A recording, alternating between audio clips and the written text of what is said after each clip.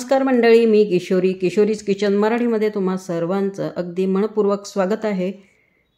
आजच्या भागामध्ये आपण बघणार आहोत उपवासासाठी लागणारा शिरा किंवा उपवासाचा हलवा कसा तयार करायचा आहे आणि हा जो हलवा आहे तो आपण कशा प्रकारे तयार करायचा आहे तर हे बघणार आहोत।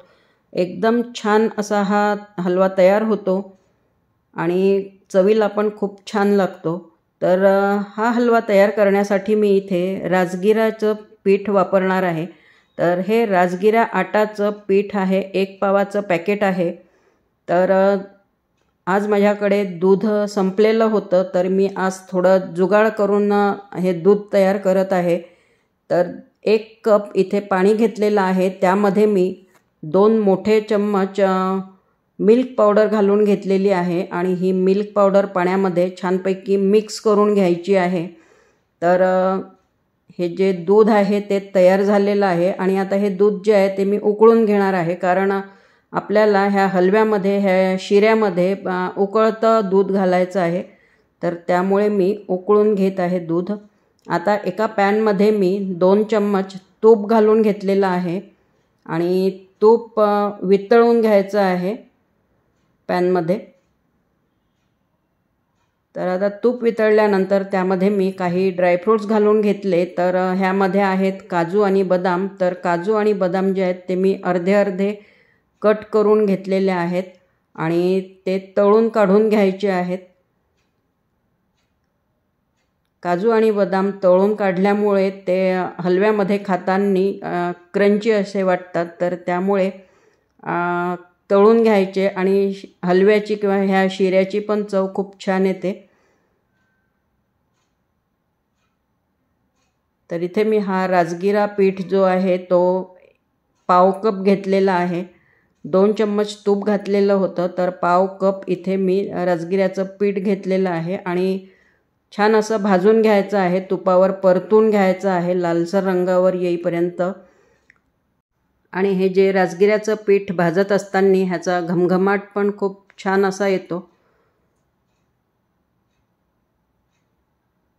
तर अगदी 4 ते 5 मिनिटांमध्ये हे राजगिऱ्याचं पीठ छानपैकी परतल्या जाते। बघू शकता छान लालसर रंगावर मी भाजून घेतलेलं आहे आणि त्यामध्ये आता हे उकळून घेतलेलं जे दूध होतं तर ते घालून घेतलेलं आहे